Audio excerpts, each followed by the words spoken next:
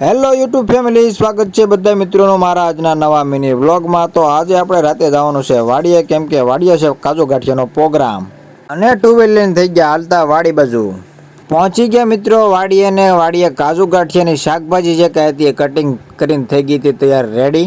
હવે મિત્રો ચૂલો પેટાવીને મૂકી દીધું છે તેલ, પછી એમાં નાખ્યું આપણે ડુંગળી, પછી એમાં નાખ્યું લીલું લસણ, પછી એમાં કટિંગ કરેલા નાખ્યા શેડિયા મરસા, આ છે આદુની પેસ્ટ।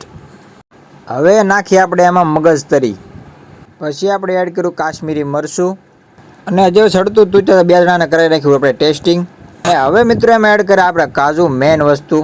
હવે આપણે એમાં એડ કર્યા ડબલ મરીના ગાંઠિયા, આમાં નાખી પછી આપણે હળદર અને હવે ફાઇનલી મિત્રો બની ગયા આપણે કાજુ ગાંઠિયાનું શાક કમ્પ્લીટ રેડી।